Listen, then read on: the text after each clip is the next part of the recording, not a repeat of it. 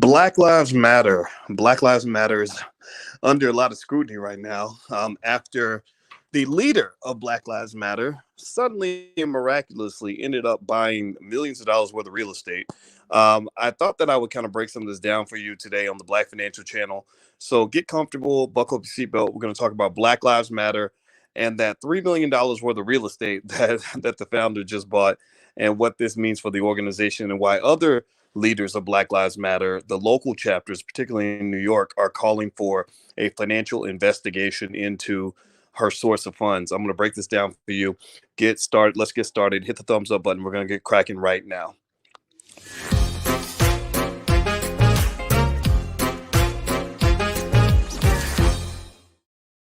Hey, what's going on, guys? My name is Dr. Boyce Watkins. Welcome to the Black Financial Channel. That's theblackfinancialchannel.com.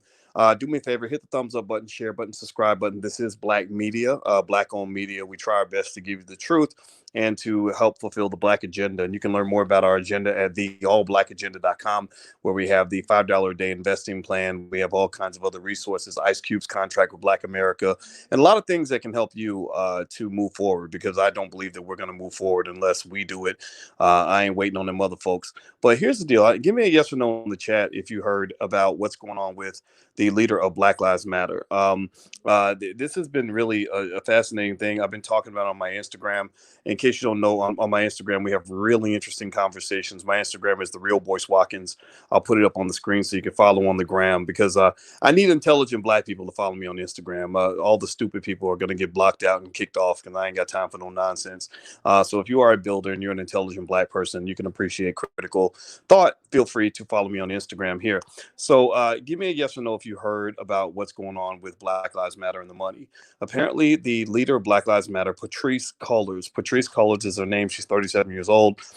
She is a quote unquote trained Marxist, right? She is a Marxist. Now, here's the deal. I'm not a Marxist. I don't consider myself to be a Marxist, but I also don't consider myself to be a capitalist. I'm not an expert in Marxism, but Marxism is kind of on the left, along with socialism and communism. They're kind of cousins of one another, in my view, in terms of ideology.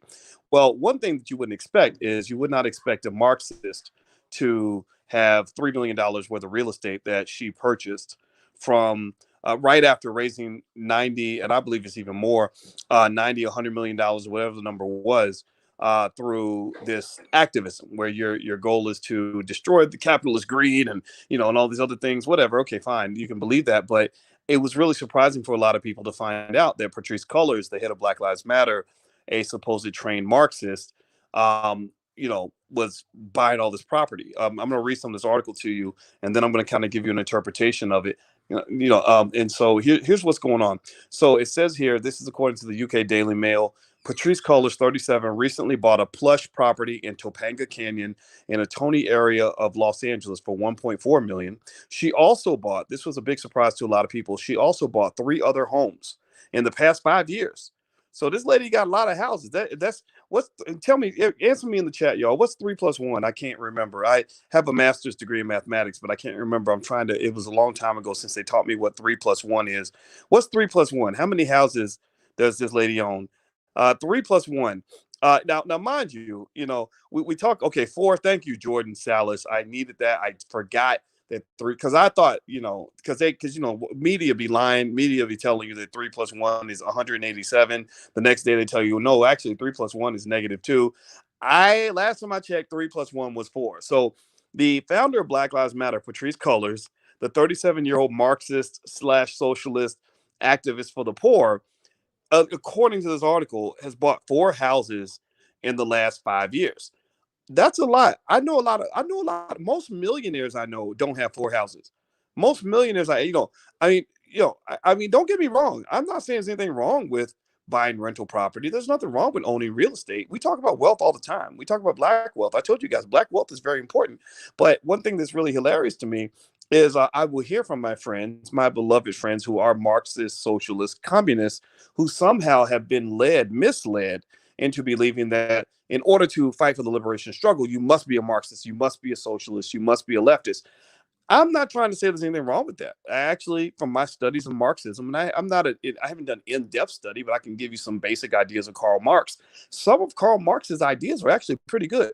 If you listen to me speak on this platform, you've heard me mention a few times that some of these ideas that Karl Marx believed. For example, one of the things that Karl Marx believed was that capitalism creates a situation where you become a cog in a wheel. You become a cog in a wheel, and you're doing work that is not an exercise of passion. It's not it's not an external manifestation of your intrinsic values and desires. It's literally just something that's this passionless activity that you're doing as part of a big industrial machine. I've talked to you guys about that. I call that the corporate plantation. And what have I always said? Y'all repeat after me. Let me know. I need to know who my people are. What have I always said about the corporate plantation? Have I told black people to stay on the corporate plantation, or have I said get the hell out? Get out, get out, get out. Why? Well, part of that is because these corporations steal your life. They steal your ability to actually do something that fulfills your purpose. You can't even do stuff for your own community because you're also busy serving that white man that runs that business. So right there, you know what? You might as well call me Boyce Marx, because what he said right there was right on point. He also said this. He also said another thing that I've mentioned on many occasions. We're going to get back to Patrisse Cullors, the trained Marxist who runs Black Lives Matter, who's buying millions of dollars in real estate. So she's acting a lot like a capitalist right now. Don't get me wrong. And I'm going to go into that point because it's just cracking me up to see this go down. The second thing Karl Marx said about capitalism, and I agree with this too, is he said that corporations can't be trusted. That a corporation will chop you off at any point, and there is no security when you've only got a job. A lot of people talk about having job security, but no, you don't have security if you only got one job. Well, why is that? Well, because you've only got one stream of income. So what have I always said about that? I've always said have multiple streams of income. Tell me, have I ever said have one stream of income, or have I said multiple streams? Multiple, multiple, multiple, right? So there you go. So Boyce Marx part two. So I'm being a little bit silly today, so maybe I'll be Groucho Marx. I don't know. But here's the point. Here's where I'm going at with this, all right? When you try to come in here and you say, that business owners are evil and that wealth is evil and all rich people are evil. Well, what you're basically doing is you're telling black people that in the only way for you to be truly black is that you must be broke as hell, dependent on this white man's government, waiting for somebody like Joe Biden to reward you with a couple crumbs because you done spent your whole life tickling his balls. I don't want that for black people. I don't want black people to be stuck broke. I want black people to prosper. I believe that you can have black wealth and actually have stronger, more meaningful activism if you know how to raise money. Why is that? Well, because one of the points of critique, one of the things that they're talking about right now with Black Lives Matter is that they raised $90 million last year. I thought it was more than that. I thought these companies were writing gigantic checks to Black Lives Matter. But apparently somehow somebody decided falsely that Black Lives Matter was the middleman, the intermediary to get to the black community. They saw the black community. If the black community was God, they saw Black Lives Matter as Jesus. You know, the pastor tells you the only way to get to God is through Jesus. Well, the Black Lives Matter somehow stepped in as the middleman and said, don't worry, Sam. We got it from here. We're the Negro managers. You just give us the money. Don't go support black businesses. Just write a check to us. Don't go and help black people directly. Just write a check to us, right? And that it was a problem because a lot of black folks are mad because they're like, wait a minute, y'all supposedly had all this connection to the black community, all these concerns about us, supposedly writing all these big checks on our behalf during the pandemic, and none of that money got to the people that I know. None of that money got to the people you know. And I've told you about ways that they could actually have a very simple economic development fund within the black community. If all the celebrities and all these rich, all these Negroes on TV, basketball players, football players, celebrities, entertainers got together and put the pressure on them. Like Ice Cube and Killer Mike had a great song called "Put the Pressure on Them, Homie." Put the pressure on them. That's how the chorus went. I love it. It's one of my favorite songs of all time. It was how I actually found out about Killer Mike. That was literally my first introduction to Killer Mike.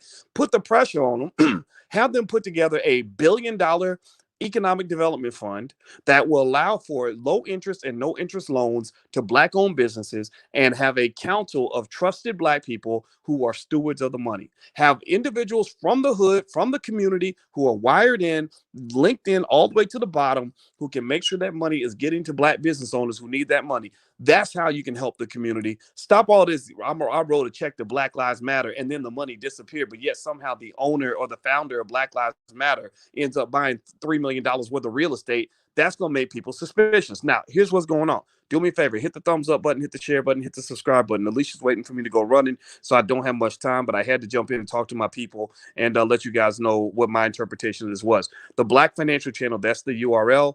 Make sure you subscribe. Please, please subscribe and hit that thumbs up button. So here's what else is going on. So right now, Patrice Cullors has drawn a lot of scrutiny over these purchases, which for good reason. And actually, they said that the New York Post reports that Cullors has bought 3 other homes. I mentioned that the AP reported that Black Lives Matter took in $90 million in donations last year, but it's not clear if or how Cullors is paid by the organization, as its finances are opaque. So that's another problem. When you are collecting that much money, and you are allegedly collecting it on behalf of Black people, and then you're not disclosing down to the nickel, down to the nickel. Everybody say nickel, down to the nickel. Where that money's going, people are going to ask questions. Well, why is that? Well, because you're claiming to raise the money on behalf of a specific purpose. You're not a business that just sold a bunch of, paper towels and hamburgers. You raised money and said, we're going to help Black people with this. So people are like, okay, what's going on with the money? And they're not being transparent in the eyes of many. This has angered Hawk Newsom, the head of Black Lives Matter Greater New York City, who says a probe into Cullors' finances are needed. I don't know Hawk Newsom. I think I saw this person on TV. I want to say it's a he, if I'm not mistaken, but I could be wrong. And he seemed like he reminded me of all the good people. There are thousands of good people who are part of Black Lives Matter because they're not in tune with what's happening at the top.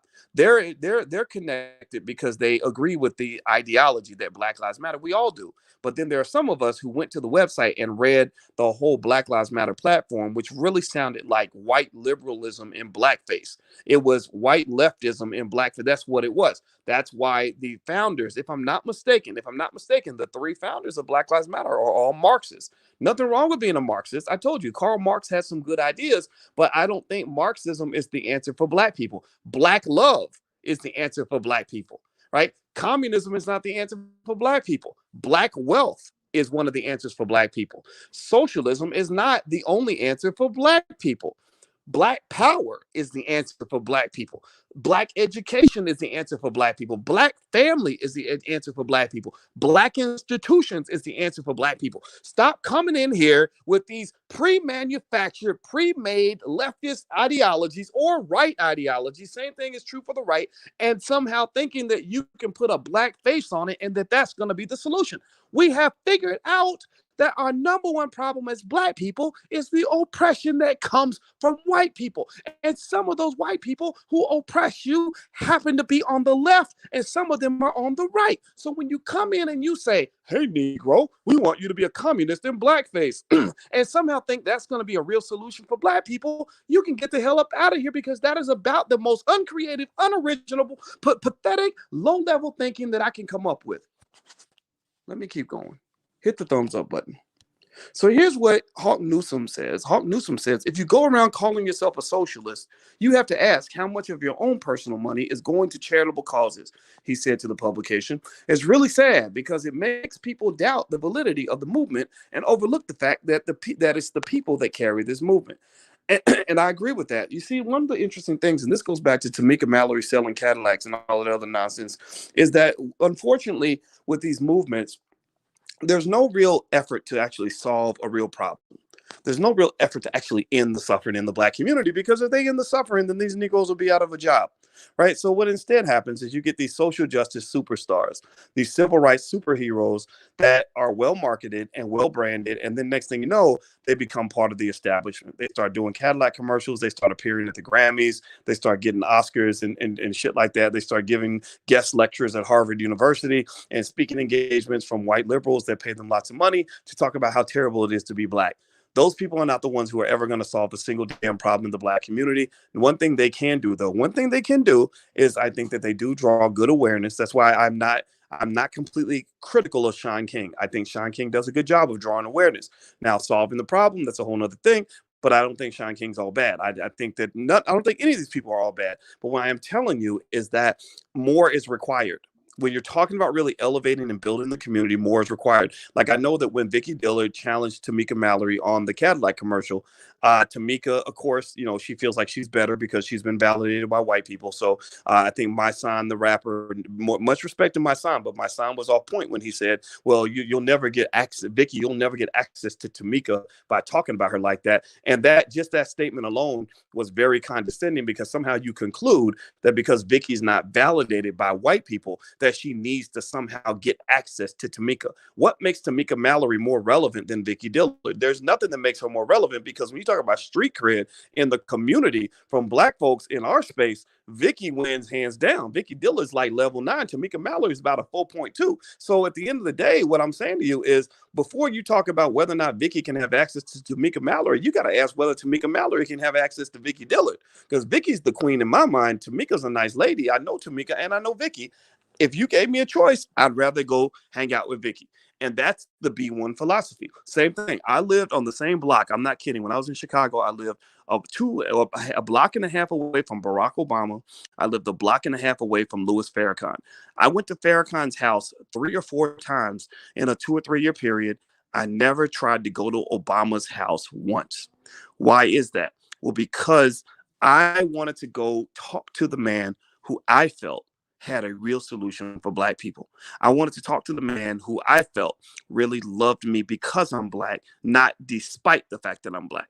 I wanted to talk to the man who can go in and truly connect with the people and put it on the line for the people and makes no apologies for that. I did not want the man who could only help black people on the weekends, or the man who can only help black people if white people agree to allow him to do so, or the black man whose job description does not include black people on any level. That's not going to be an impact player on the team. That's like you getting Michael Jordan to be on your basketball team, or LeBron James, but he never shows up to the games. So what good is it to have LeBron James on your team if he's only in the game for 1 minute? If he's only in the game for 1 minute and don't take no shots and don't play no defense. No, you get a player that's in the game who wants to score for the team, who will play defense for the team, who's committed to the team. That's a better player than the guy who's a superstar who ain't even got time to come on the court for more than 60 seconds. That's what you're getting when you get these Negroes on TV. They are not helping the community. They are not trying to solve any problems. They're too busy trying to get validation from their employers, which tend to be the oppressors. So with that said, do me a favor, hit the thumbs up button, hit the share button, hit the subscribe button. Let me close this down. So it says that, so when they talk about her house, they said that one of her houses, I mean, and I'm not knocking the lady for having a nice house. It's 3.2 acres. The residence comes with its own pool and an airplane hangar. Additionally, the publication claims that property records show Cullors bought 2 other Los Angeles homes in recent years. Wow, she got an airplane hangar. That's pretty cool. In 2016, she bought a house for $510,000 in Inglewood. In 2018, she bought another $590,000 house. So the Post reports that Cullors is also eyeing property in the ultra-exclusive Albany Resort outside Nassau in the Bahamas, where Justin Timberlake and Tiger Woods have homes. Okay, that's what they're claiming. All right, so I don't know anything about this lady's money, but one of the things I can say for sure is that when you're talking about something like Black Lives Matter and you're saying, look, I'm a trained Marxist. And again, Marxism is not all bad. There are a lot of good ideas in Marxism. There are a lot of good ideas in communism. There are a lot of good ideas in socialism. America is a little too capitalist. We're a little too committed to this capitalism thing, which is why I, as an expert on finance and money and wealth and all that, have told you guys, be very careful about embracing capitalism, because one of the things Karl Marx was correct about is that capitalism is designed to exploit those on the lower rungs of society. That's why I told you integration did not work for black people, because they did not integrate you into the society to become owners of property. They integrated you to become renters. They did not integrate you to become producers of products. They integrated you to become consumers. They did not integrate you to become owners of capital. They integrated you to become workers that would work the capital and work the land and work their companies and all these other things. And a lot of you have fallen for it, unfortunately, because this is the way you were trained, right? Again, this is another Karl Marx ideology I agree with completely. He said that one thing about capitalism, one rope-a-dope they pull on you in a capitalist society is they create these social norms that make you think that your job is to serve the corporation, that your job is to spend more time with your boss and your job than you spend with your kids, right? That your job is to get up and work as hard as you can and work until you die and expect nothing in return. So Karl Marx has some good ideas. I encourage you, look into that. The brother wasn't stupid. But here's where they come up short. Here's where the Marxists, here's where I get off the Marxism, communism, socialism bus. It's one thing if you can critique capitalism. I get that. I hear that. I completely hear all of that. But it's another thing when you're asked to actually build something better. And what I found, unfortunately, and it goes back really to the people that last summer were running around burning down businesses and all this other stuff when they were acting like it was like the riots were mostly peaceful or the protests were mostly peaceful and they had a burning building in the background, right? Like somehow they just didn't talk about that on CNN. They know how to destroy things, but the problem is that for you as Black people, most of you in here are B1, most of you are Black nationalists to some extent. The problem is that when you're talking about strengthening the community, destroying something is only the first step. Then you got to learn how to build. See, I don't see them knowing really how to build anything. I can't think of a single country anywhere that has had a purely communist business or economic system that has prospered. When China was 100% communist from an economic standpoint, they were in the toilet economically. They were getting their butts kicked. They didn't start doing well until they started saying, okay, we're going to pretend to be communist when it comes to the social stuff. But when it comes to the economics, we're going to take in a little bit of that capitalism. We're going to build some businesses. We're going to make some wealth. We're going to set up a trade deficit that works in our favor. We're going to go build some capital. We're going to develop some institutions, right? So what I'm saying to you is that the reason that I'm not, like people might think, well, why would you have an issue with Black Lives Matter? Well, for two things. One, because a lot of it is built off of this leftist agenda, which is built on somehow getting Black people to break up our families and to act like men don't matter and all these other things. I don't agree with those things. But the second is that Black people need economic development. We need to build institutions. We need to build families. We need to have structure that will strengthen us so that when you walk away from institutional racism, you can walk toward institutional power. Do you understand? So when you evacuate one institution, you must be able to build another. And I don't see institutions coming out of the left that I think will give Black people the kind of power that we need. But it does not mean that the ideas of the left are all bad. Also, I think that with Patrisse Cullors, you put yourself in a trap when you walk around here pretending you're doing a Derek Jackson. When you walk around here pretending like you're holier than thou and that anybody with money is evil and all rich people are bad and all business owners are terrible, but then your ass is out here buying a $3-4 million house. Well, how you like those apples? Sounds to me like you do like money. Sounds to me like with Black Lives Matter, you're raking in $100 million and then suddenly you want to break off into the global network and cut the activists off. It's interesting because one of the things that Karl Marx said, which is very interesting to me, is he claimed that capitalists at the top exploit the workers at the bottom. That was one of Karl Marx's complaints about capitalism, was he said that the leaders at the top exploit the workers at the bottom, and he even called it theft, right? He literally claimed that if I'm smarter than you, if I know how to build a business and you don't, and you come to me and you want a job, and I say, sure, I'll pay you $20 an hour, but I go and I sell that product and I'm making $100 an hour, that I'm stealing from you. That's what Karl Marx said. I don't agree with that. I think that's why I want Black kids to be smart, because I think that that's just competition, but whatever, we can debate that all day. But I do support labor unions and all that stuff. But here's my point. Here's what I'm getting at. So with Karl Marx making that argument that capitalism is a problem because people at the top are making all the money and exploiting the people at the bottom who are doing all the work, how does that differ from Black Lives Matter? Because right now, from what people are seeing, now, is this true? I don't know. Maybe they're going to do a thorough investigation to reveal what's actually going on. But here's what I saw. I saw an organization where when there wasn't no money to be shared, everybody was generous. Everybody is anti-wealth and pro this and pro that, and we going to share everything. But then when the millions start coming in, when that money starts rolling in, that's when you start seeing people get greedy.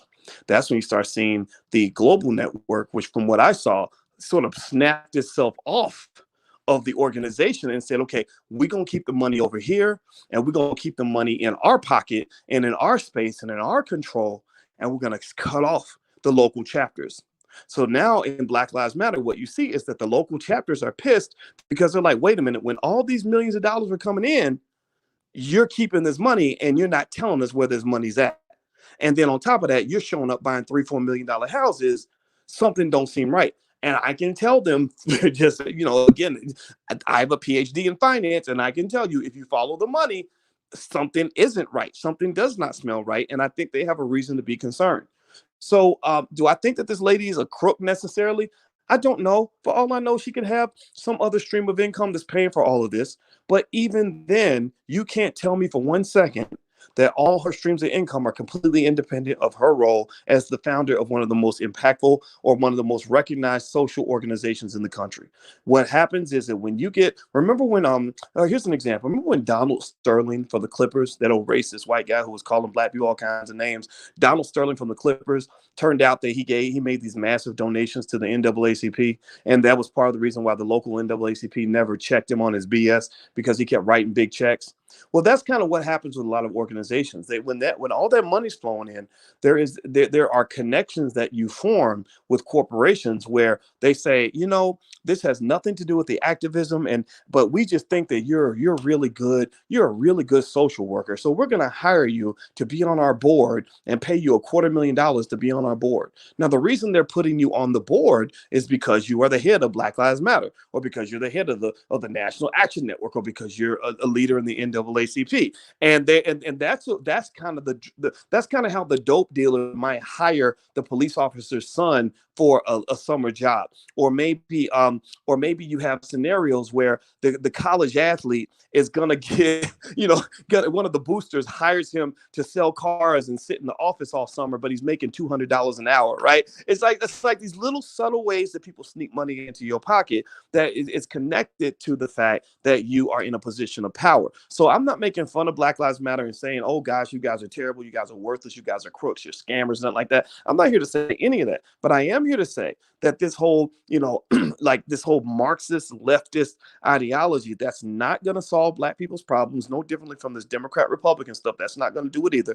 And also, I think that this lady, if you are a member, if you are a head of a chapter and you are concerned about what she's doing with the money, then hell yeah, you should be concerned. There should be complete 100% transparency. And you should be concerned about the fact that they're not, from what I understand, they're not releasing the names of their biggest donors. That's a problem.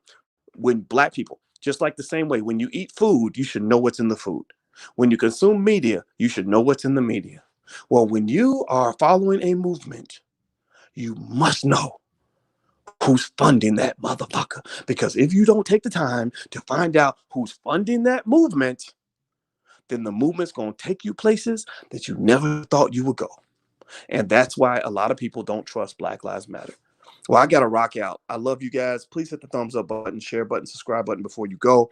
And don't forget, if you want to learn about business and stuff like that, we are not Marxists. We believe in black wealth and all that stuff. So if you want to learn more, you can actually go to the Black Business School and get started for free. Go to theblackbusinessschool.com. It's right there on the screen. So take care, guys. Love you. Have a good day. Thank you for listening. I'll see you soon. I got to go running. Talk to you later. Peace.